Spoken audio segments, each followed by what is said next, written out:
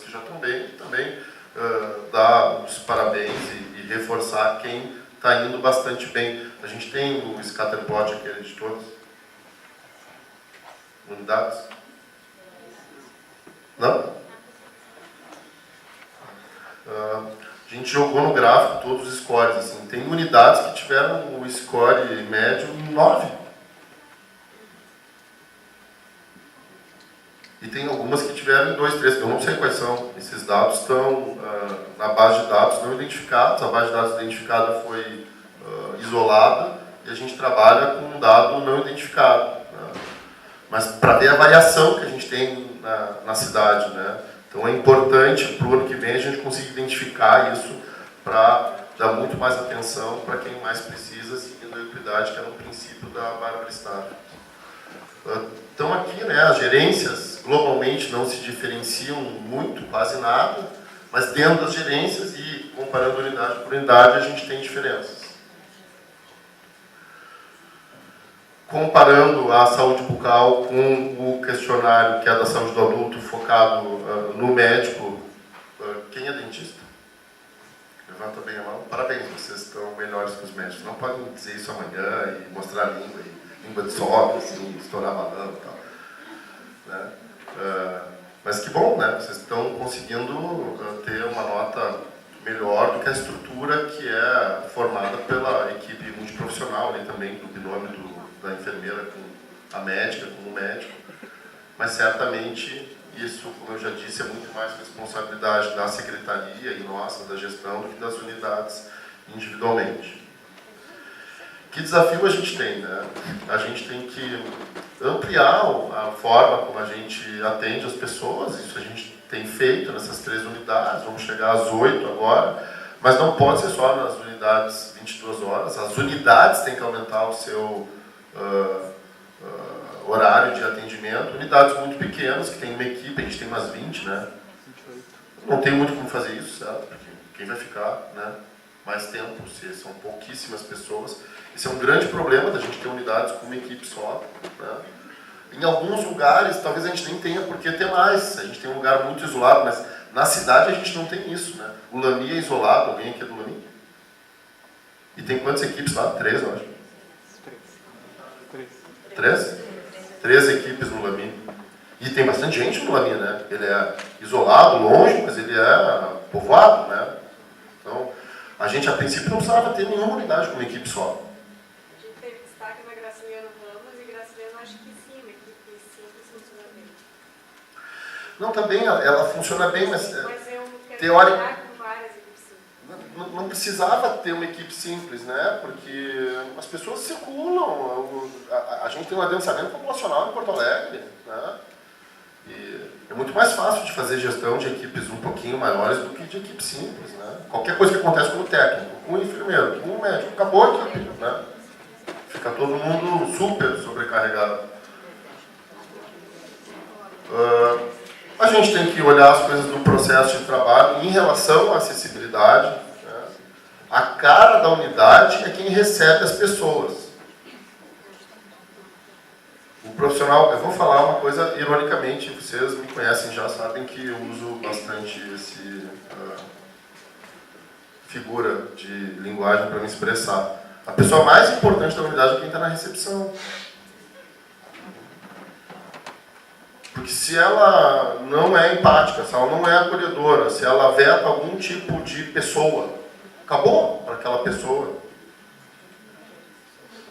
E qual o esforço que a gente faz para, né, a recepção estar bem? A gente fica super preocupado com a parte, né, depois da porta ali, várias unidades têm uma porta assim, né, tu tem a sala de espera e tal, e aí tu tem o lado de dentro, certo? A gente fica preocupado com o lado de dentro, a gente tem que se preocupar com a porta. É porta de entrada, acesso de primeiro contato.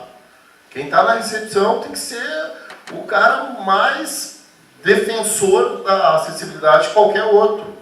A gente tinha que ter como a advocacy da acessibilidade o cara que está na recepção, que não vai ser uma pessoa só. Né? O Rio de Janeiro, que tem uma nota em 2013, que é melhor que a nota nacional do que a nossa, nas equipes de saúde da família, quem fazia a recepção na unidade eram os agentes comunitários. situação, com um terminalzinho de computador na frente para já identificar a pessoa, ajustar o cadastro e a ficha A, bem treinados e capacitados, não o tempo inteiro, numa parte do seu trabalho. Se revezavam e depois estavam fazendo as visitas, estavam fazendo o seu trabalho. Esse é o modelo? Não sei, talvez não. Mas na nossa unidade acontece assim, a gente tem uma escala semanal de acessos, Não precisa ser uma definição geral também, né? Porque as unidades têm composição diferente.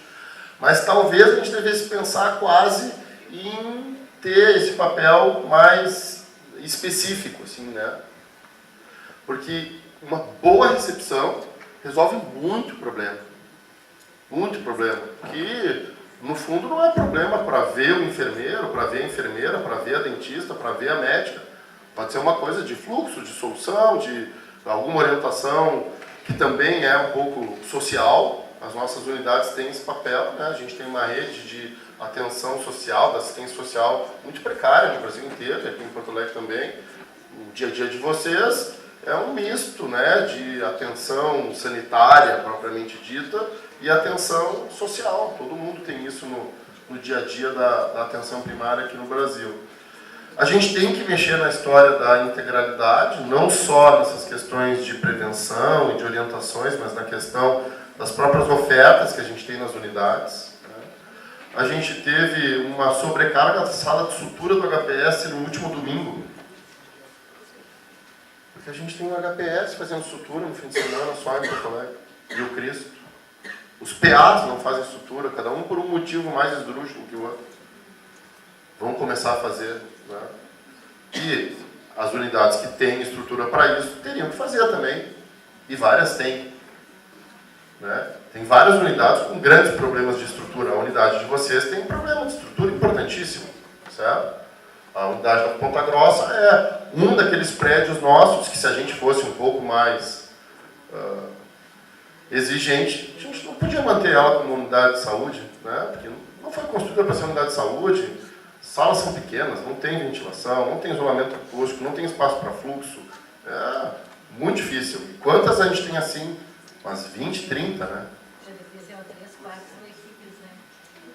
Por cento? Todo mundo lembra, né? Tu falou da Graciliano Ramos. Glória. Glória. Não, eu sei, tu falou da Graciliano por outro motivo. Glória, tem as divisórias até a metade do teto, a Castela era assim, a Lomba, que está lá sendo reformada, não vai virar nem uma cônsul, né? Vai melhorar um pouco do que era, mas tem várias, assim. Né? Tu mostrou a lista das obras? Quantas são ano que vem? Dá mais de 20.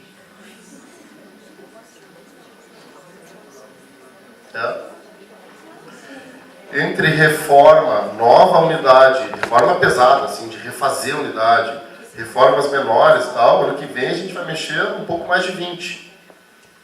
E a gente tem umas super boas, né? Coab Cavalhada é super legal. Como é que a gente foi? Domênico Feoli é super legal. Claro, dá para pintar, dá para melhorar, dá para arrumar algum detalhe lá de infiltração e tal. Mas a gente tem unidades bem legais na cidade, né? E a gente tem que fazer alguma coisa com essas que tipo não tem solução. Vila Nova, Ipanema, esse é o nome. Não tem solução, né? Não tem solução. A gente está terminando a reforma agora da Jardim Cascata. Vai melhorar, mas cara, vai melhorar para quem conhecia ela antes da reforma, né? Para quem vê ela pela primeira vez, vai continuar achando que ela é uma unidade que precisa de grande investimento. E aí, uma qualificação importante é a qualificação das clínicas, 3 ano que vem, né? É isso que a gente tem de meta. 2? É pouco, bem pouco, né? Mas tem a ver com a nossa capacidade de investimento.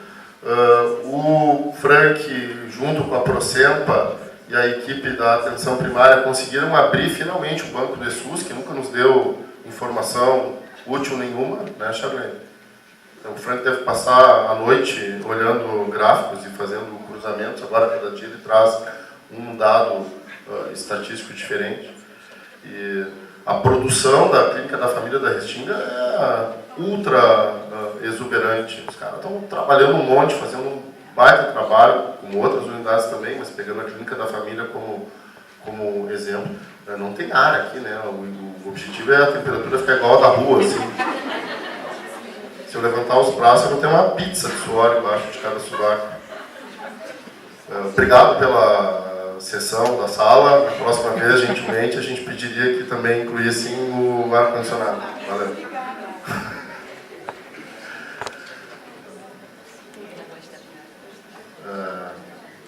Não quero dizer obrigado ainda, coração. 4h55, falta 5 minutos. Vocês, então. Como é teu nome? Eu sou dentista, né?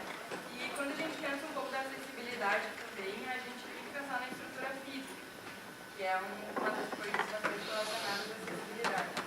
E há pouco tempo a Bani fez uma entrevista sobre o meu posto e distorceu totalmente a... Qual é o teu posto? Marcelo Pai.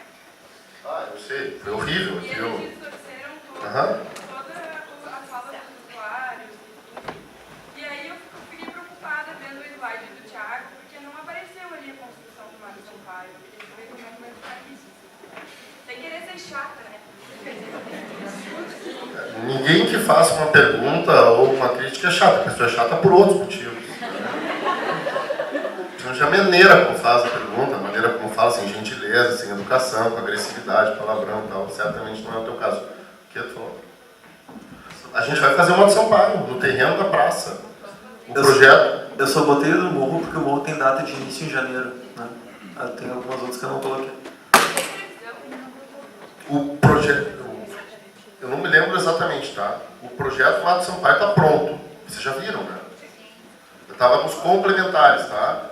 Que é a coisa do hidráulico, elétrico, lógica, que é o troço que a gente mais demora para fazer ali na cata, ali na CEPA. Ele está numa lista para ser feito isso e aí vai para a licitação. Tá? As licitações têm ficado 6, 7 meses lá na fazenda. Só que a gente vai tirar as licitações das obras da fazenda. Já tiramos. Semana passada, né? Essa? Ontem? Já saiu. Não saiu o decreto, mas a gente fez reunião com o secretário da Fazenda com o prefeito e a gente definiu que as obras vêm à licitação para a secretaria. Aí a Carol da Cata garantiu que faz em 90 dias, para vocês cobrarem, tá? Quando a gente avisar, oi, Marcos Sampaio, ficou pronto o projeto, vai para a licitação, você começa a ganhar para a Carol. Está sendo gravada a apresentação. Ótimo! Vocês podem fazer um recorte dessa fala e mandar para a Carol. Tá? Nosso intento com isso é agilizar a licitação. Tá? A gente deixou o Mato Sampaio um pouquinho depois na lista dos complementares, porque a gente tem recurso de emenda para o modelo, para a Álvaro de Fini e para o IAPI. E se a gente não começar essas 3 obras, a gente perde a grana da licitação, então, da emenda. Então, né, não dá para perder recurso nesse momento de falta de recurso, mas em seguida de vocês vai. E a ideia da construção, que o Elmo nos disse, tanto do Morro como do Mato Sampaio, é 8 meses sendo prudente, mas ele acha que se é uma boa empresa e tal, faz antes. Saiu o resultado do Morro já, né, da licitação. Né?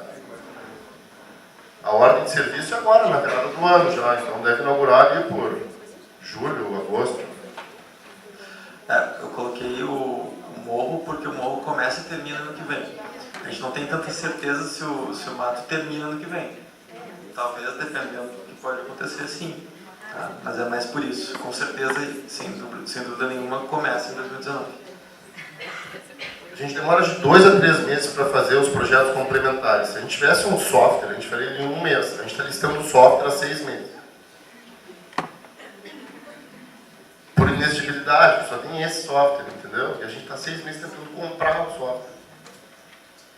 Fala, Simone. Eu gostaria de fazer só um comentário a respeito da borda de entrada, né? A gente tem visto projetos, não só agora, mas antes também, tem algumas unidades que têm portaria especializada. E aconteceu, pouquíssimas vezes, mas aconteceu de guarda não deixar a pessoa entrar. Então não é nem equipe muitas vezes, né? Então também seria importante, ao pensar nesse acesso, também fazer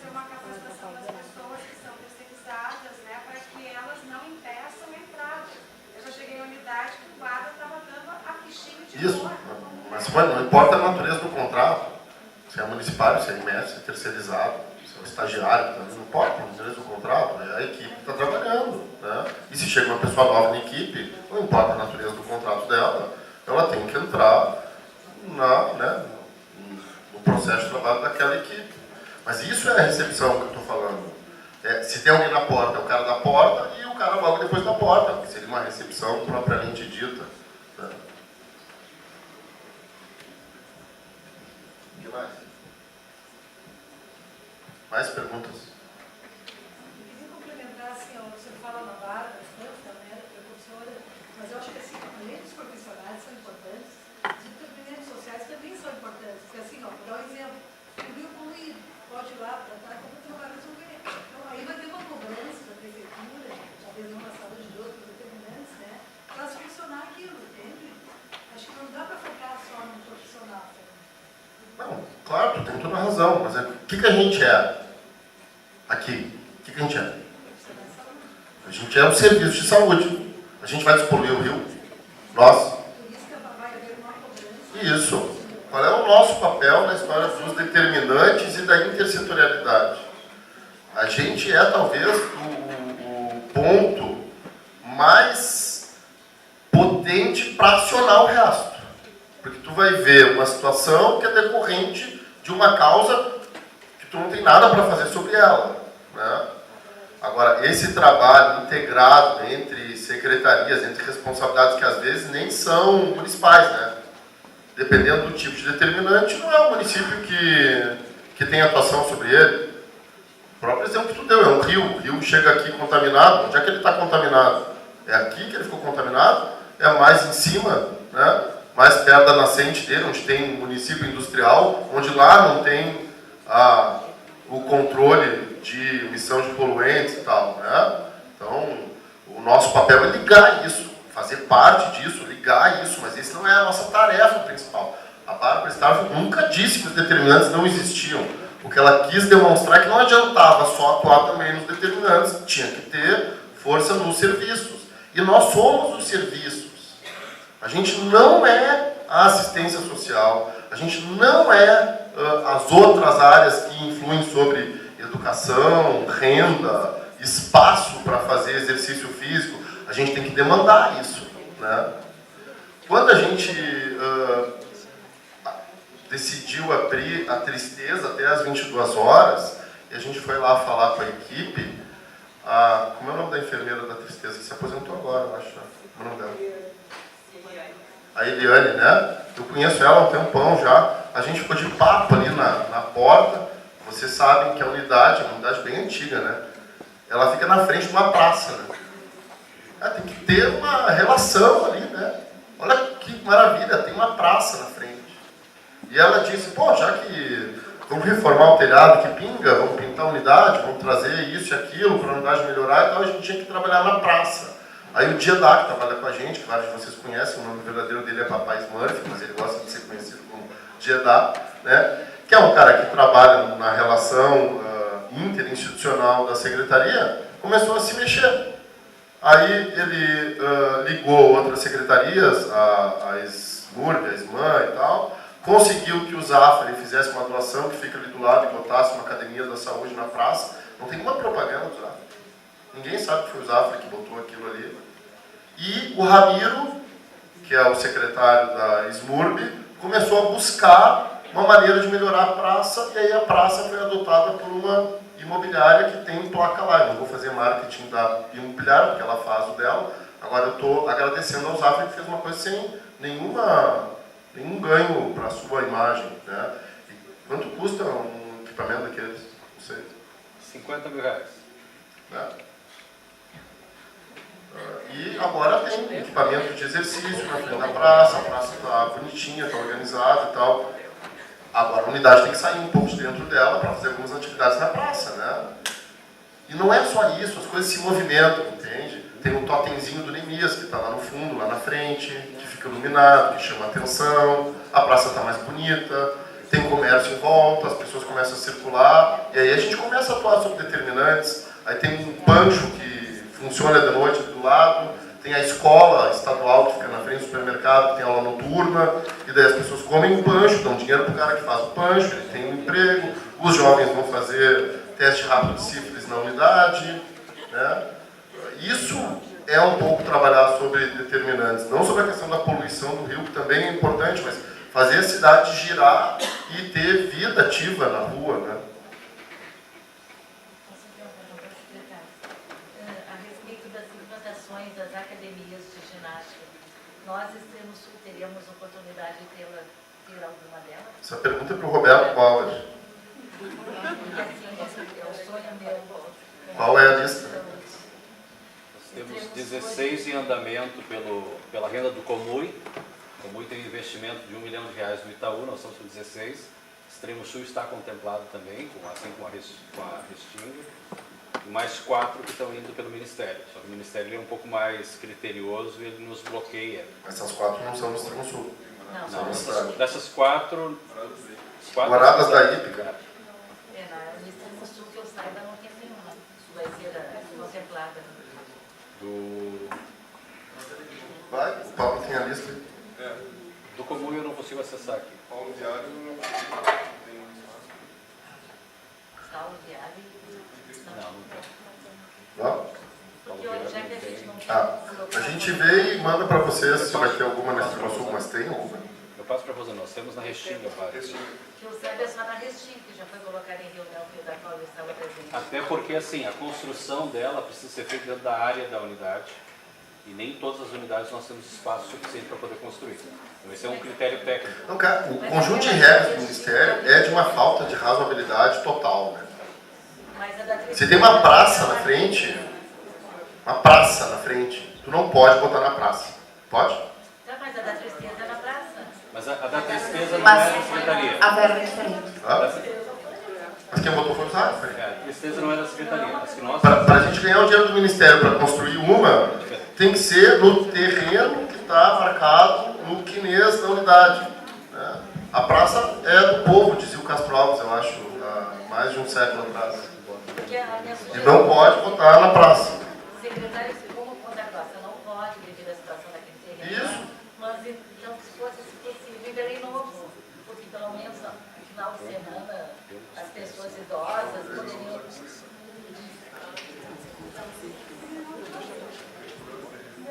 Eu acho que é uma ótima sugestão, tá? E acho que mesmo que não esteja dentro da... Os nossos idosos, tudo faz parte das atividades em Belém Novo, quanto a nós. Mesmo que não esteja dentro da lista, essa que está financiada por esse recurso do Comui, nem pelo que a gente conseguiu agora do Ministério, não é muito recurso e a gente pode pensar nisso e ver se a gente consegue incluir. O que mais? Baseado na questão das academias de saúde do estímulo da atividade física, tenho uma curiosidade, como sou educadora física também. Tem alguma previsão ou em função do educador físico dentro das equipes de saúde pública e saúde coletiva para trabalhar no preventivo, já que academias físicas existem para estimular a atividade física que pode ser de... No caso... Estou prestando totalmente atenção no que você está falando. Tá bem. O estímulo da atividade física é relacionado com a melhora da qualidade física do indivíduo, ou seja, ele vai ficar mais ativo tendo algum estímulo. Mas eu pergunto nessa perspectiva se enquanto o município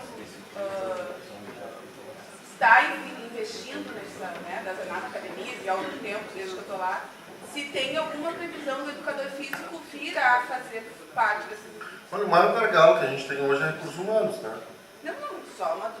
Eu sei. A gente não precisa seguir todo o regramento que vem do Ministério da Saúde, a gente pode fazer coisas com autonomia, certo? Agora, o nosso maior gargalo como Prefeitura de Porto Alegre hoje é a contratação de pessoas, né? Não tem nenhum, fora o NASF, não tem nenhum estímulo para a gente ter essa proposta. Eu também não sou um conhecedor total do assunto, mas eu não conheço alguma coisa que venha da educação de nível federal, entendeu? De orientação global, assim, para isso, né? De ter verba para facilitar essa contratação e tal. Então, eu fiz o curso de Academias da Saúde e, claro, conversando com outras pessoas, enfim, no curso, gente vê da dificuldade isso é a nível nacional, não sei. Isso. Mas em alguns locais, em alguns estados e municípios, existe o profissional, o educador físico nas equipes. Claro, NASFs ou não. E aqui em Porto Alegre ainda não. Né? Há algum tempo se fala superficialmente. Não tem realmente Não tem cargo, não tem cargo. Não tem o cargo oficial. Cargo criado Só tem o cargo na SMED, mas não na saúde. O cargo, ou seja, para a sala de aula, para as atividades da escola. Exato. Então isso depende da aprovação da Câmara. E Não, o problema, isso isso é uma coisa que, no fundo, é um pouco Mas, burocrática. eu estava dizendo, Mas sem recurso para contratação, quem é que vai mexer no cargo? Entendeu? Então, a resposta é provavelmente não tão cedo, entende? Mesmo que seja algo que eu concordo contigo, que é super importante, mas a gente não está conseguindo ter a composição plena das equipes, né? Então é um pouco, né, avançado. Só que eu acho que isso seria importante que tivesse algum estímulo que não fosse municipal, entende? mas então, ontem na Globo News, o futuro ministro da Saúde falou exatamente sobre isso, sobre o foco na atenção primária e 3 vezes sim, seguidas. Tu assistiu? Claro. Né? Então, ele falou exatamente sobre o educador físico, sobre essas atividades de promoção. Então, acho que outras pessoas devem ter assistido, e como a gente está no municipal, a gente tem que pensar, então... Eu conheci um cara, viu? Né? Eu fiquei surpreendido. Eu também ouvi, e por isso Ele foi secretário municipal de Campo Grande durante 4 anos, que é um município grande, né? Capital do estado, com todo o rolo que tem, tipo, em Porto Alegre, né? Interior, consulta, hospital, não sei o que, não sei o que. O cara entende muito o sistema de saúde. Sabe números de cor, escreve as coisas, fala dos problemas, total domínio, assim. É porque Eu o achei que me inquieta é o seguinte, interessante. a questão de ter um incentivo, de ter verbas, que vem há algum tempo dessa situação, e quando eu ouvi algumas discussões, apesar de eu não estar nessa área, né, eu estou lá toda agora para esse há muito tempo, até mesmo porque meu mestrado foi na área do GSTs, mas eu ficava inquieta onde eu vou implantar academias de saúde, eu vou incitar outros profissionais, é a mesma coisa que eu, que educadora física, querer prescrever algum medicamento. Né? Não faz sentido. Então, nesse sentido, a minha dúvida apenas, que eu venho acompanhando algumas conversas há muitos anos. Pois é. Eu só tenho uma... Deixa eu fazer uma provocação para ti. Tá? A gente tem uma certa dificuldade assim, em entender bem o papel dos agentes comunitários no país, né? Porque eles surgiram com um foco muito claro, que é o mesmo lá da década de 60. Eles surgiram em Planaltina, no Distrito Federal, na década de 70, pelo trabalho do cara aqui do Cearense lá, Lavor, Carlírio Lavor, que depois foi contratado como consultor no estado do Ceará, na seca da década de 80, para criar trabalho para as mulheres. O objetivo nem era o primário, era atender a saúde. Tá? Quem é tão velho quanto eu ou mais, lembra que quando tinha seca na década de 80, se fazia frente de trabalho no Nordeste. E aí os caras cavavam açude. Então mostrava na TV lá, um monte de homem cavando um buraco. Entendeu? Os caras iam drenar algum fio d'água e tal, e criar um açude ali para ajudar a combater a seca. Ninguém ia botar as mulheres a cavar açude. Né? E daí tinha que ter uma geração de renda para as mulheres. Tá? Esse foi o início do pensamento lá do governo, acho que era Tasso Gereissati, mas não tenho certeza. A gente precisa de uma ocupação para gerar renda para as mulheres na crise da seca, tá? As pessoas com fome e tal, não sei o quê. Aí, devem ter feito um brainstorm qualquer, o cara disse, elas viram agentes comunitárias, a gente paga um dinheiro para elas têm uma renda própria e, além disso, elas nos ajudam com medidas simples a diminuir a mortalidade materno-infantil relacionada a diarreia, desnutrição, desidratação, cuidado pré-natal. Aí nasce o agente comunitário no Brasil. E ele tem dificuldade de desapegar um pouco disso, né? E a gente vai para um lado, e daí depois